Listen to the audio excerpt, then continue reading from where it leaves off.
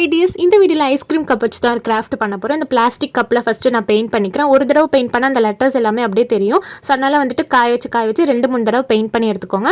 அதுக்கப்புறம் ஒரு உள்ளன் த்ரெட்டில் பார்த்தீங்கன்னா கொஞ்சமாக வாட்டர் மிக்ஸ் பண்ணி க்ரீன் கலர் பெயிண்ட் வச்சுட்டு நான் நல்லா மிக்ஸ் பண்ணி எடுத்துக்கிறேன். உங்ககிட்ட க்ரீன் கலரில் உள்ளன் த்ரெட் இருந்தால் நீங்கள் அப்படியே எடுத்துக்கலாம். என்கிட்ட இல்லாததுனால நான் ஒயிட் கலரில் பெயிண்ட் பண்ணி எடுத்துக்கிறேன்.